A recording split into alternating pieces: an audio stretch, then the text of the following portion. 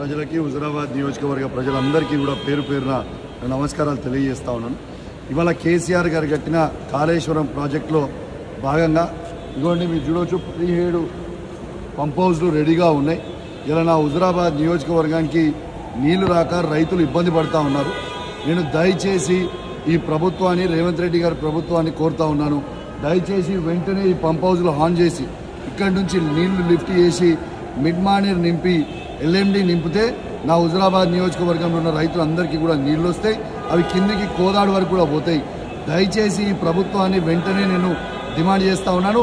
ఈ పంప్ హౌస్లు మీరు ఖచ్చితంగా ఆన్ చేయాలి.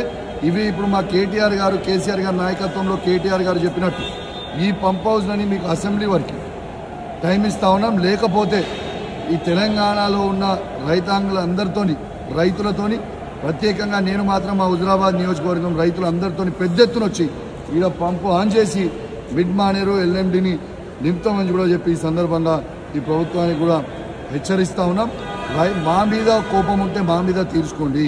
కేసీఆర్ గారి మీద కోపం ఉంటే, కేటీఆర్ గారి మీద, హరీష్ రావు గారి మీద కోపం ఉంటే మా మీద ఉంటే మా మీద తీర్చుకోండి.